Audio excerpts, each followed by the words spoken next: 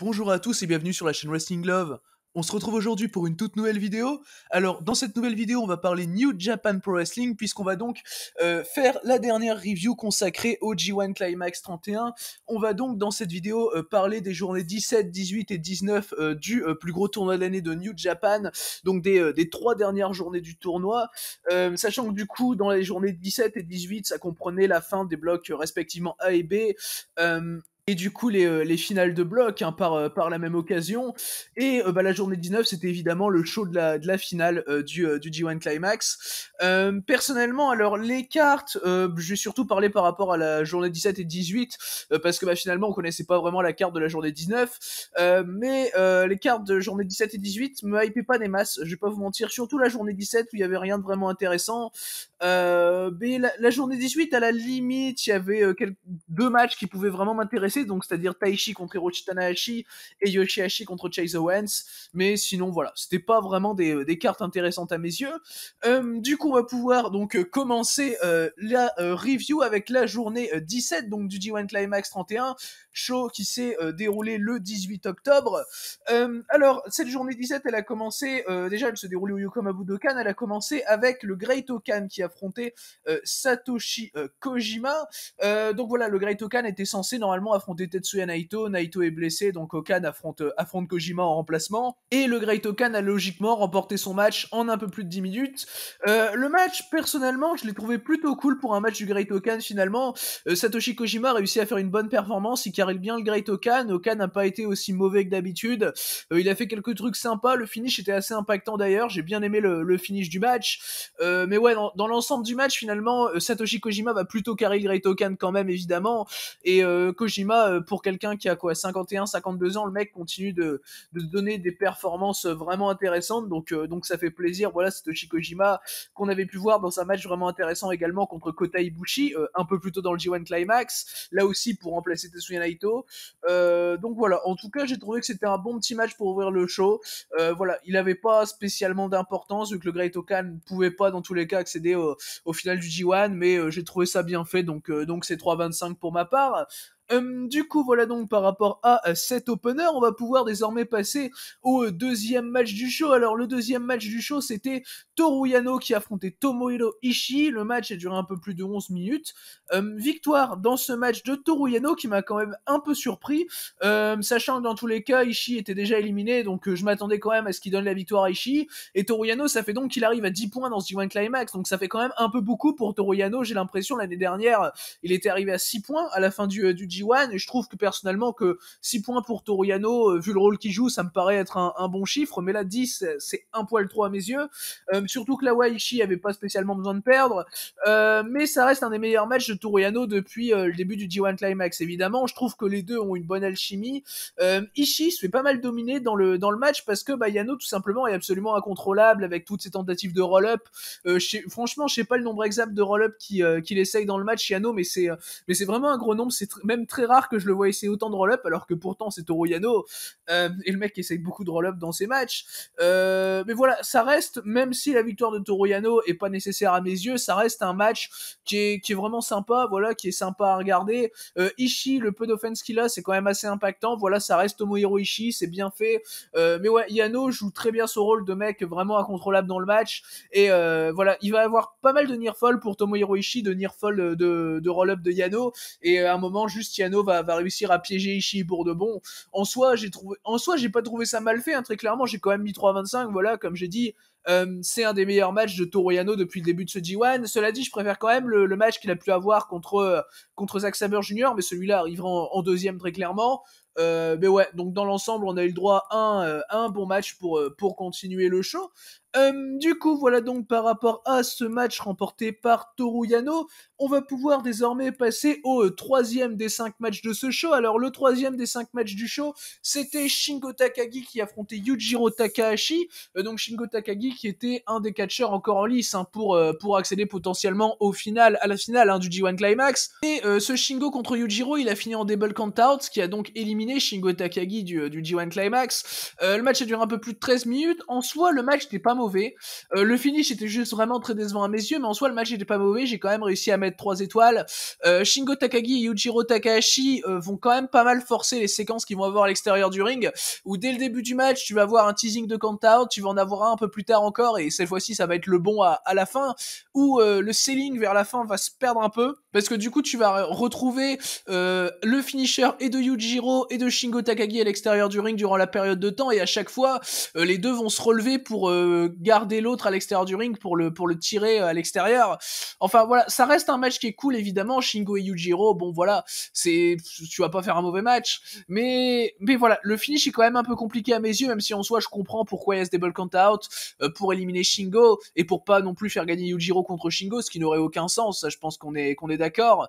Mais juste fallait peut-être faire perdre un match à Shingo un peu plus tôt dans le climax, un match qu'il aurait pas endommagé de perdre, et là pouvoir gagner contre Yujiro tranquille. Je trouve que ça aurait été mieux fait dans ce sens-là plutôt que là d'avoir un double count out qui est un peu mal amené très clairement.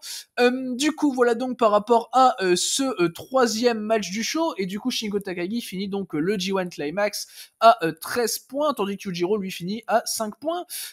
Du coup on va pouvoir désormais passer au pré-main event donc de ce show. Le pré-main event du show, c'était Zack Sabre Jr. qui affrontait Tanga Loa.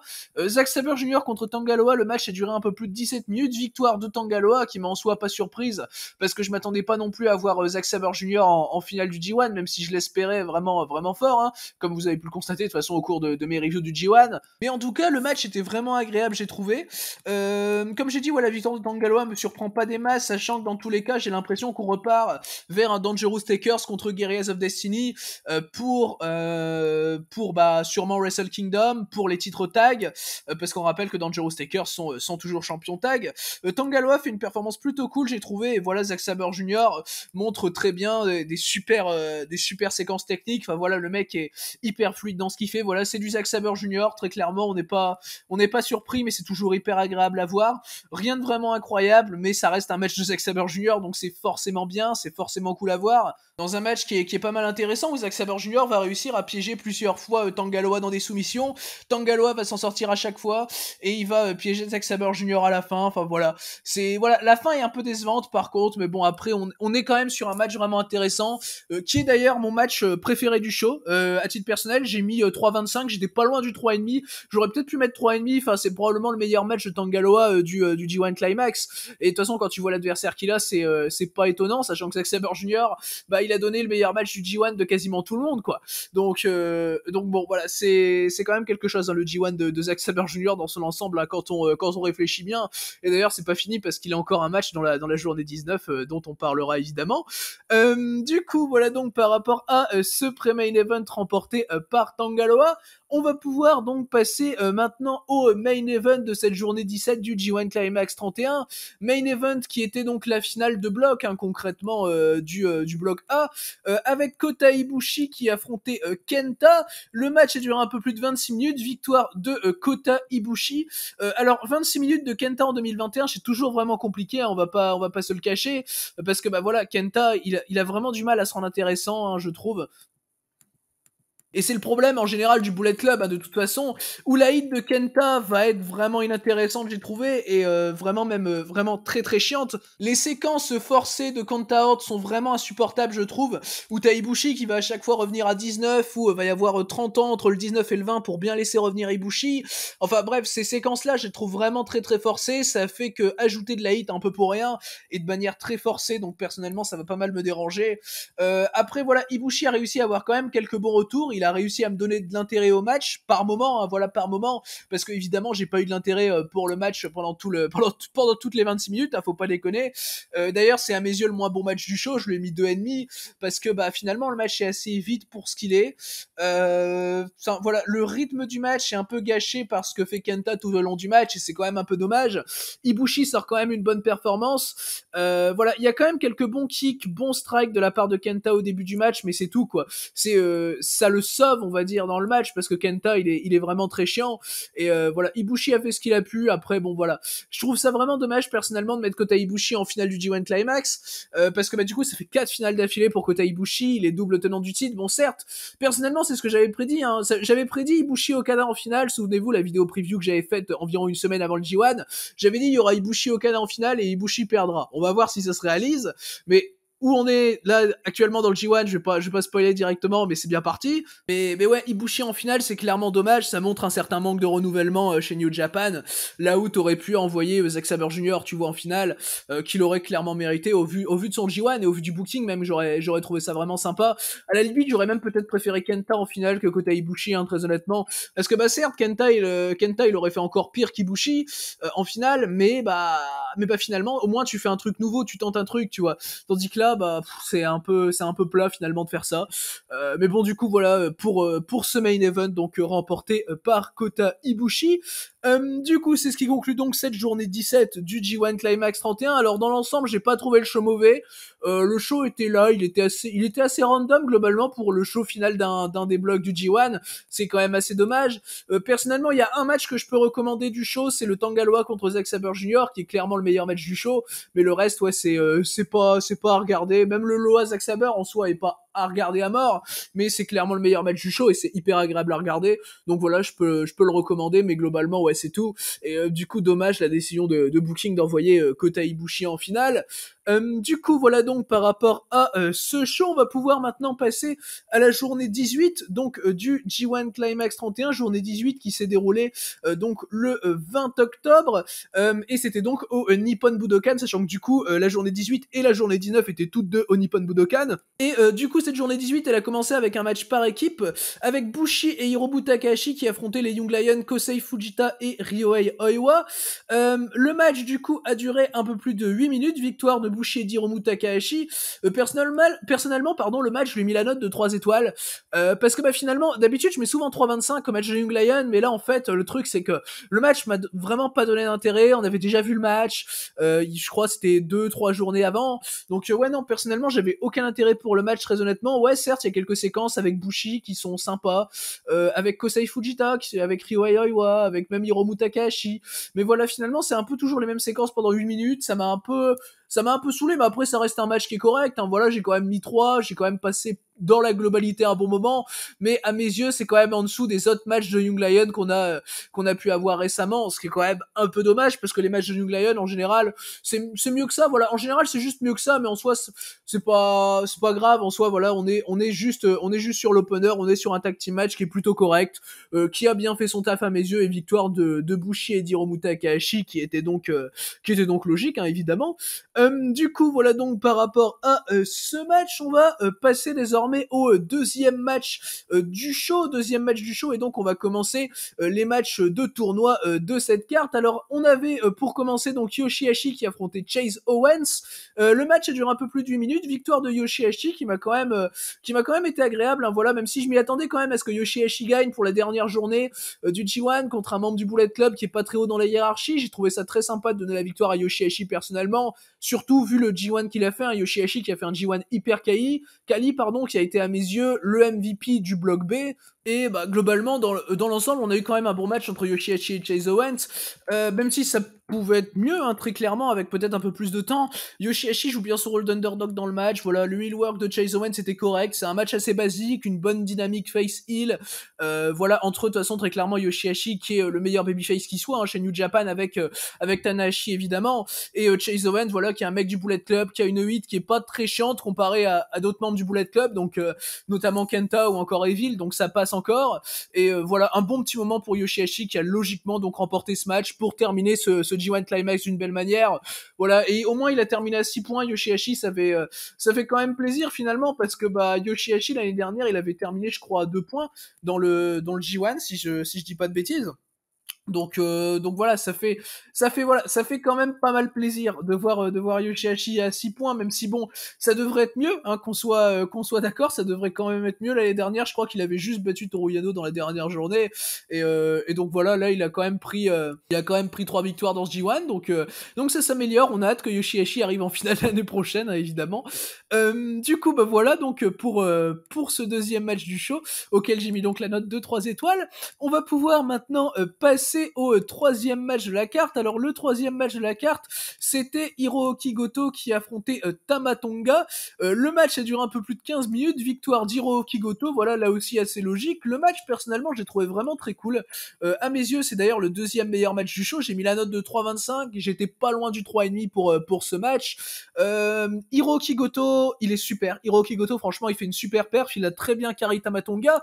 Tama Tonga, qui cela dit a pas été complètement inintéressant, mais Goto il est juste vraiment trop fort, hein. Tu vois, quand tu lui permets de se montrer sur 15 minutes sur un petit match comme ça où le mec en face est pas spécialement très bon, bah le mec va facilement le carry et facilement te donner un match intéressant. Voilà, de toute façon Goto c'est un très très bon catcheur, hein. C'est un des meilleurs catcheurs de New Jap pour moi, même si actuellement il a pas l'occasion d'être montré comme tel malheureusement. Mais voilà, l'action était vraiment fluide. Voilà, le finish du match en soi, je l'ai trouvé vraiment très bon. Enfin, pas le finish en tant que tel, mais la séquence qui amène vers le finish. Parce que voilà, même si c'est pas roll-up en soi, franchement, j'ai trouvé la séquence juste avant vraiment très très bien, vraiment très intéressante, où Goto va réussir à déjouer un peu les plans de heal de Tama Tonga. J'ai trouvé ça vraiment bien personnellement. Et ouais, la victoire par roll-up est certes pas spécialement amenée, mais en soi plutôt cool. Puis Tama Tonga, il venait quand même de battre Okada dans la journée d'avant. Donc voilà, c'est pas si logique que ça que Goto le batte par roll-up, au vu du booking de Goto, notamment dans ce G1 Climax. Donc ouais, globalement, on a eu le droit vraiment à un match bien intéressant. Donc voilà, c'est 3,25 pour ma part, deuxième meilleur match du show. Et voilà, c'est pas le meilleur match de Goto depuis le début du G1, mais on s'en rapproche quand même parce que malheureusement Goto dans ce G1, il a pas vraiment eu l'occasion d'être vraiment bien montré.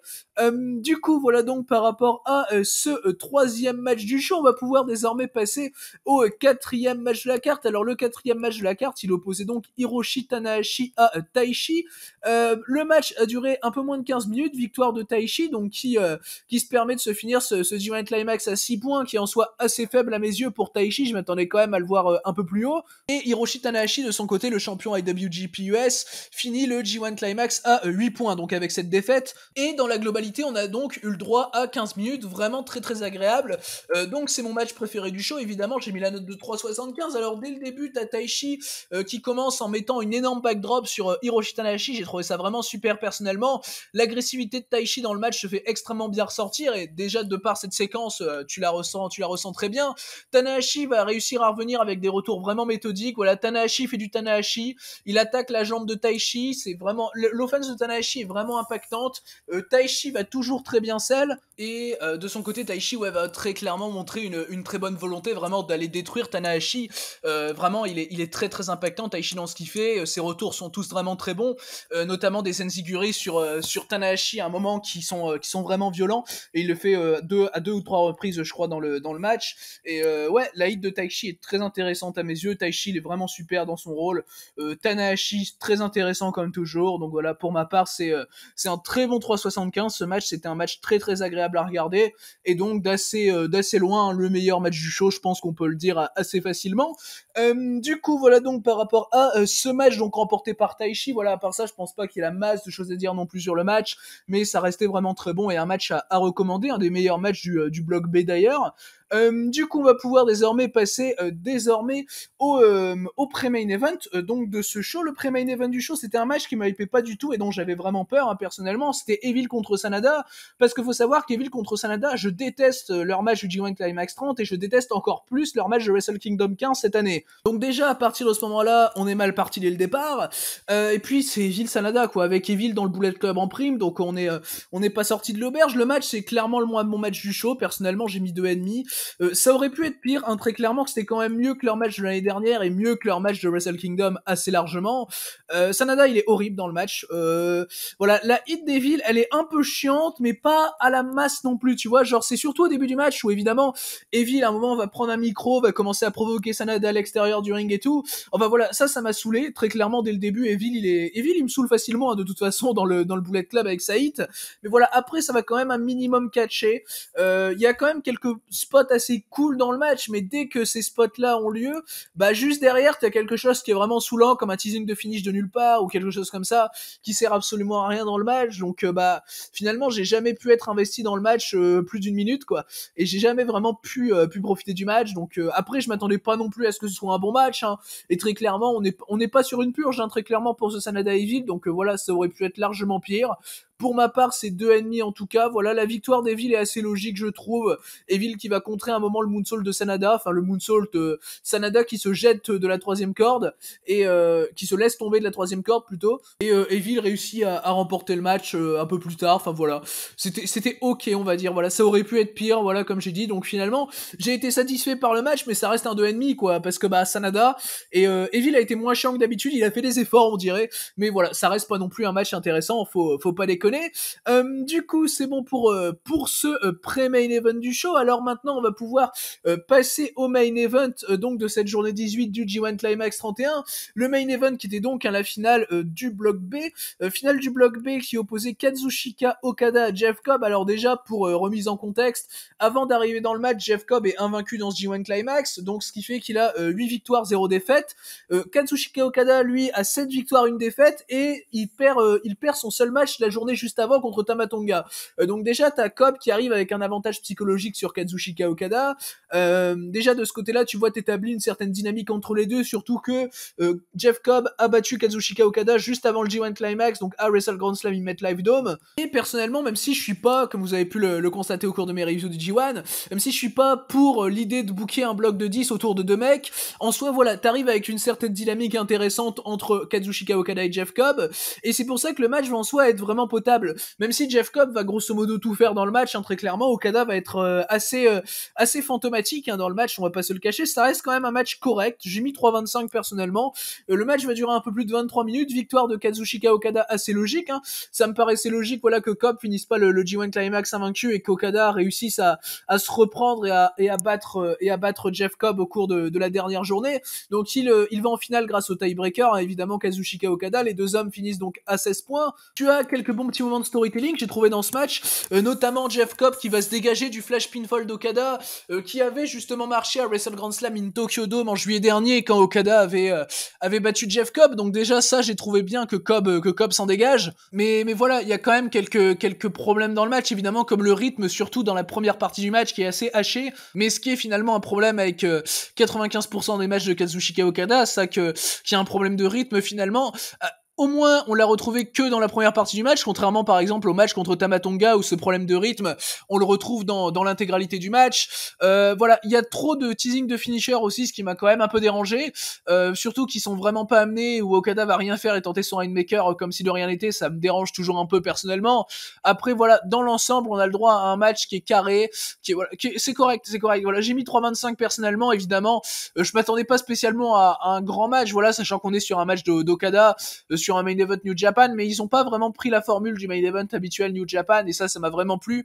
Et voilà, Jeff Cobb en tout cas a fait un très très bon G1 Climax dans l'ensemble, hein, évidemment, faut saluer le Climax de Cobb qui a été plus que bon, hein, évidemment. Jeff Cobb qui montre qu'il a un très bon choix pour un gros push chez New Japan Pro Wrestling, et du coup ouais, enfin Okada qui va finalement placer son Rainmaker sur Jeff Cobb. Il était pas arrivé au cours de leurs deux premiers matchs, et là cette fois-ci c'est la bonne, et du coup Kazuchika Okada qui accède à la finale du G1 Climax 31, ce qui veut dire donc que mon pronostic de début de G1, donc la finale Ibushi Okada, et c'est donc produite. Voilà, c'est un peu prévisible hein, le booking du Japan quand même quand il pense.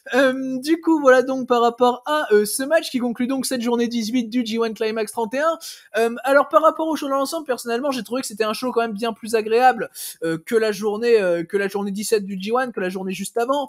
Bon évidemment il y a quand même Evil Sanada qui est pas à voir, qui est clairement à esquiver, même si cela dit, comme j'ai dit, il est meilleur que leurs deux précédents matchs. J'ai un match à vraiment conseiller, à titre personnel, le match que je conseille vraiment fort, c'est le Hiroshi Tanahashi contre Taichi, qui est, comme j'ai dit, un des meilleurs matchs du bloc B de ce G1, mais voilà, le reste, en soi, c'est pas la masse à conseiller, c'est pas mauvais. À la limite, l'Hiroki Goto contre Tamatonga, mais voilà, c'est tout pour vraiment ce qu'il y a à conseiller dans le show. Du coup, voilà donc par rapport à ce show qui était donc globalement assez bon.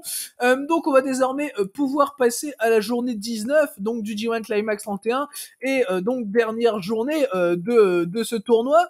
Dernière journée qui a donc commencé, évidemment, on a eu quand même pas mal de matchs d'undercard, avec un tag team match donc qui opposait d'un côté Kosei Fujita et Ryohei Oiwa, donc les Young Lions actuels de New Japan, qui affrontaient donc le Suzuki-gun, l'équipe de juniors du Suzuki-gun, constituée d'El Desperado et de Yoshinobu Kanemaru. Alors, on a eu un match qui a duré un peu moins de 9 minutes, voilà, qui était un match assez correct pour de l'undercard. Personnellement, j'ai mis la note de 3 étoiles, voilà. On a quelques bons échanges entre El Desperado et Ryohei Oiwa. J'ai trouvé les échanges entre Desperado et Fujita sont aussi sympas, voilà. Enfin, c'est Desperado qui va globalement faire tout le taf pour son équipe, même si évidemment Yoshinobu Kanemaru a été loin d'être mauvais, mais très clairement, ouais, Kanemaru et Desperado se sont très bien débrouillés. Les actuels champions junior heavyweight tag, on rappelle.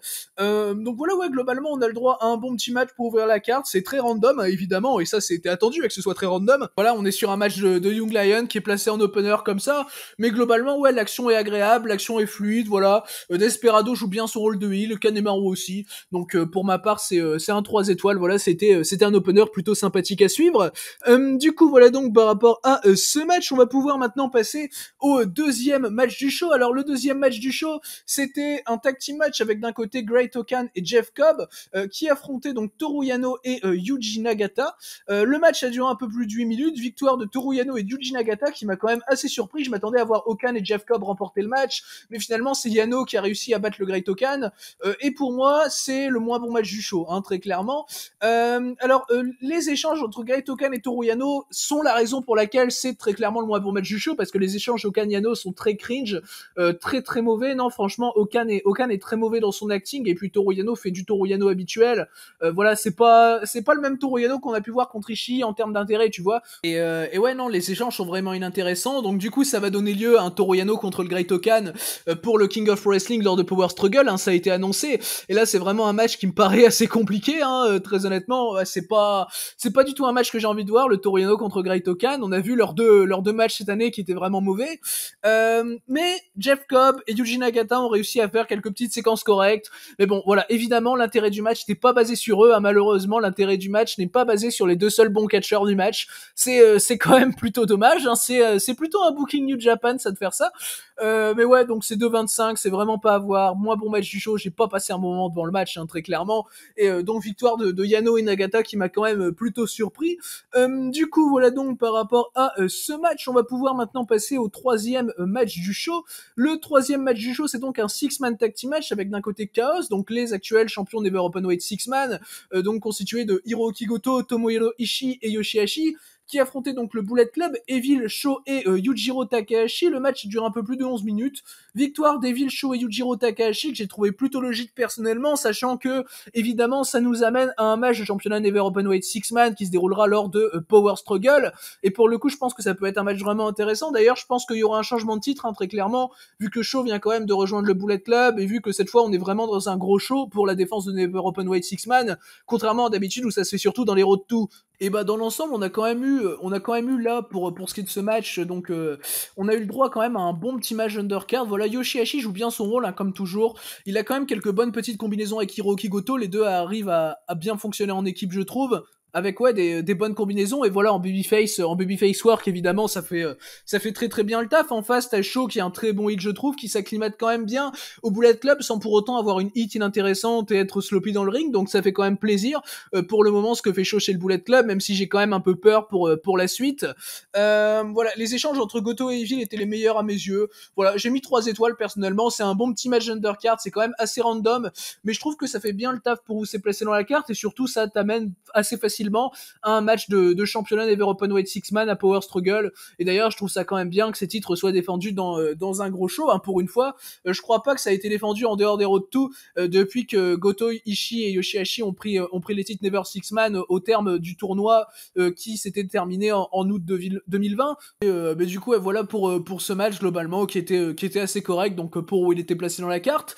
Donc voilà, donc par rapport à ce match auquel j'ai mis la note de 3 étoiles, on va pouvoir maintenant passer au quatrième match du show. Alors le quatrième match du show, c'était un 8-man tag team match avec d'un côté Hiroshi Tanahashi, Tiger Mask, Togi Makabe et Tomoaki Honma qui affrontaient donc l'équipe du Bullet Club, Chase Owens, Kenta et les Guerrillas of Destiny, donc Tamatonga Tangaloa. Le match a donc duré un peu plus de 10 minutes, victoire du Bullet Club que j'ai trouvé assez logique personnellement. Personnellement, j'ai d'ailleurs mis la note de 3,25, c'est à mes yeux le deuxième meilleur match du show. Chase Owens fait une bonne performance, voilà, il était vraiment très confiant quand il affrontait Hiroshi Tanahashi. J'ai trouvé ça vraiment bien parce que il a pris ses 2 premiers points dans le G1 Climax, Chase Owens, justement contre Hiroshi Tanahashi, et il a réussi à pin clean quoi Tanahashi. Donc très clairement ça va de soi que Owens ait la confiance quand il l'affronte dans le ring. Les échanges entre les deux étaient vraiment très cool à voir. Les échanges entre Togi Makabe et Kenta étaient assez cool également. Makabe qui a été assez impactant dans le peu qu'on a pu voir de lui dans le match. Moi le match est assez agréable dans son ensemble à mes yeux. Tiger Mask fait quand même une bonne performance. Voilà, bon évidemment c'est pas celui qui m'intéresse le plus non plus, Tiger Mask, mais j'ai trouvé que ça passait encore, voilà, parce que finalement pendant la Super Junior Tag League c'était toujours un peu compliqué, même si évidemment il remplissait bien son rôle de faire briller Robbie Eagles qui était avec lui. Mais ouais, dans son ensemble, dans tous les cas, on a le droit quand même à une bonne perf de Tiger Mask donc, et ouais, un bon match donc auquel j'ai mis la note de 3,25. Alors du coup, avant de passer au prochain match, il y a un après-match à ça. L'après-match c'est tout simplement que Chase Owens va vouloir challenger, ça va de soi, Hiroshi Tanahashi pour le titre IWGP US vu qu'il l'a battu durant le G1 Climax. Mais tu as Kenta qui va lui faire comprendre en gros que non, c'est Kenta qui veut challenger Tanahashi et pas l'inverse. Alors que Tanahashi la dernière fois qu'il s'était affronté avait battu Kenta juste avant le G1 Climax. C'était, je crois, c'était même juste avant les Wrestle Grand Slam. Je dirais que c'était en août ou peut-être en juillet même le Tanahashi Kenta avec victoire de Tana. Et donc Kenta challenge Hiroshi Tanahashi. Chase Owens en bon toutou du Bullet Club le laisse faire et dit qu'en gros ce sera le prochain challenger. Donc la prochaine défense de titre IWGP US annoncée donc pour New Japan Wrestling Power Struggle qui se déroulera début novembre, c'est Hiroshi Tanahashi contre Kenta. Personnellement, j'aurais largement préféré Tanahashi contre Chase Owens. Ça fait un peu passer Owens pour un con, un peu soumis, qui sert à rien, et c'est un peu dommage à mes yeux. Mais Tanahashi contre Kenta peut être très cool quand même. Tanahashi contre Kenta, c'est quand même un match que j'avais personnellement vraiment bien aimé cette année. Du coup, voilà donc par rapport à cet après-match, on va pouvoir désormais passer au prochain match du show. Et le prochain match du show, c'est là où on a quand même quelque chose de très très intéressant. Alors, on a Zack Sabre Jr. qui arrive donc sur le ring. Zack Sabre Jr. déjà, c'est un de mes catcheurs préférés, donc déjà on est bien parti. Et Zack Sabre Jr. va se faire rejoindre à la plus grande surprise de tout le monde. Bon, moi je m'étais fait spoiler évidemment, mais quand même je me suis dit putain, enfin j'étais quand même vraiment extrêmement surpris au spoil. Et c'était Katsuyori Shibata qui donc fait son retour pour le moment chez New Japan. Alors on sait pas si c'est un vrai retour à plein temps ou pas. Ce qui est sûr, c'est qu'il va faire d'autres matchs que celui-là, et du coup Katsuyori Shibata arrive sur le ring, t'as toute la foule qui réagit, mais franchement, tu sais que c'est important. Quand la foule réagit comme ça au Japon, tu sais que c'est quelque chose d'hyper important, et j'en ai eu limite des frissons, quoi, même en m'étant fait spoiler, juste, quand sa musique retentit, enfin, juste la réaction, elle est juste géniale, quoi, à mes yeux. Et ça fait tellement plaisir de voir Shibata de retour, parce que, certes, Shibata, c'est pas un catcheur que j'ai pu suivre à l'époque, mais Shibata, du peu que j'ai pu voir de lui, c'est un catcheur qui est incroyable, et son histoire, elle est juste hyper touchante, de savoir qu'il a pu se remettre après son match contre Okada à Sakura Genesis 2017, savoir qu'il peut maintenant monter sur un ring et faire un match comme ça, bon, même si ça dure que 5 minutes, ça reste un match qui est génial, hein, on va y venir. Le retour de Shibata en lui-même, c'est quelque chose que j'ai trouvé génial. Du coup, Shibata arrive sur le ring, et là, l'annonceur t'annonce que tu as un grappling rules match de 5 minutes entre Zack Sabre Jr. et Shibata, et là, c'est parti. Donc, pour 5 minutes de mat work, de soumission entre Zack Sabre Jr. et Shibata, le match est juste génial pour du 5 minutes. Le match est parfait. Le match est absolument parfait. C'est dingue de faire 5 minutes comme ça. C'est le meilleur match de 5 minutes que j'ai pu voir de ma vie. Personnellement, on est très clairement sur un match qui est incroyable. Bon, personnellement, j'ai mis que 4 parce que ça dure que 5 minutes, et au bout des 5 minutes, le match, à mes yeux, arrive à 4, mais j'ai hésité entre la note de 4 et la note de 5 étoiles, personnellement. Alors, c'est deux notes assez différentes quand même, mais j'ai hésité entre ces deux notes dans le sens où, sur un match de 5 minutes, pour moi, c'est absolument parfait. Pour moi, tu peux absolument pas faire mieux. C'est impossible de faire mieux sur 5 minutes. Le match est juste fantastique pour du 5 minutes, donc j'ai quand même hésité à mettre mettre 5. D'ailleurs, ça me choque pas qu'on mette 5 à ce match, hein, très clairement, vu que le match est parfait pour du 5 minutes. Mais j'ai quand même été de manière raisonnable, j'ai quand même mis 4. Mais ouais, c'est juste génial de voir ça. Shibata et Zack Sabre te tapent des transitions qui sont juste parfaites. Juste la manière d'amener les soumissions de la part des deux, c'est juste incroyable. Le mat work est génial, les transitions sont ultra fluides. C'est juste du catch pur, mais c'est la définition du catch en fait, ce match, dans le sens où t'as que 5 minutes et les mecs te font une masterclass. Et parce que voilà, ou dans le catch, dans le monde d'aujourd'hui du catch, et en plus on est chez New Japan, donc ça contrarie un peu ce que fait New Japan habituellement, où dans le monde du catch actuel, on est plus sur des bases de il faut faire très très long pour faire des super matchs, tu vois. Et le match, il prouve tellement le contraire, parce que le match est juste incroyable et il dure 5 minutes, quoi. C'est fou de faire ce genre de match, quoi. Et franchement, ça montre le talent qu'a Zack Sabre Jr. et le talent qu'a évidemment Katsuyori Shibata, parce que pas catcher pendant 4 ans et te taper une performance pareille, ça relève du surhumain, quoi, hein, ce qu'a fait Shibata dans le match. Et puis ce match, finalement, c'est la preuve de voir que tu peux faire tellement dans un petit match comme ça de 5 minutes. Après, monter quand même sur Zack Sabre Jr., qui est un des meilleurs catcheurs du monde, et Shibata, qui est quand même Shibata, quoi, faut pas déconner. Évidemment, c'est mieux que quand t'as 2 catcheurs average, ça c'est logique. Mais ouais, non, le match est juste génial pour ce qu'il est, et c'est un match que je conseille extrêmement de regarder, parce que finalement, ouais, c'est un des meilleurs matchs des shows du G1 Climax. Bon, évidemment, le match fait pas partie du tournoi, mais depuis le début du G1, c'est un des meilleurs matchs du tournoi, enfin pas du tournoi, mais des shows du tournoi, très clairement. Il y a peut-être que 3 matchs que je mets devant, et à chaque fois c'est des matchs de Zack Sabre Jr. bizarrement, donc contre Naito, contre Shingo et contre Tomohiro Ishii. Et d'ailleurs, ce match-là, je le mets quand même devant le match de Zack Sabre contre Ibushi, même si j'avais trouvé le Zack Sabre Ibushi excellent. Et voilà, c'est Shibata Zack Sabre, quoi. Donc ouais, excellent match. Et gros conseil, meilleur match du show, et gros moment donc pour le retour de Katsuyori Shibata avec la foule. Tu sens clairement qu'elle ressent quelque chose, quoi. Et non, ouais, le retour de Shibata, personnellement, c'est quelque chose qui me fait extrêmement plaisir. D'ailleurs, après le match, il te fait comprendre qu'il sera de retour sur le ring et que c'était pas son seul match, son match de retraite, quoi. Non, Shibata va faire d'autres matchs, évidemment. Bon, certes, il a pas été annoncé pour les Road to Power Struggle, ni pour Power Struggle en lui-même, mais voilà, on va revoir Shibata, je pense, d'ici Wrestle Kingdom 15, et je l'espère en tout cas. Donc voilà, par rapport à ce Grappling Rules match, donc auquel j'ai mis la note de 4 étoiles, on va pouvoir désormais passer au pré-main event de ce show. Alors le pré-main event du show, c'était un 8-man tag team match avec Los Ingobernables des Rapon, Bushi, Hiromu Takahashi, Sanada et Shingo Takagi, qui affrontaient Satoshi Kojima, Hiroyoshi Tenzan, Master Wato et Ryusuke Taguchi. Le match a duré un peu plus de 12 minutes, victoire de LIJ, que j'ai trouvé assez logique personnellement. Le match, j'ai mis 3, voilà, mais j'étais pas hyper investi dans le match, parce que finalement, le match, il arrive juste après Shibata contre Zack Sabre Jr., donc c'est pas une aide pour être investi dans un petit match comme ça, dans un 8-man, voilà.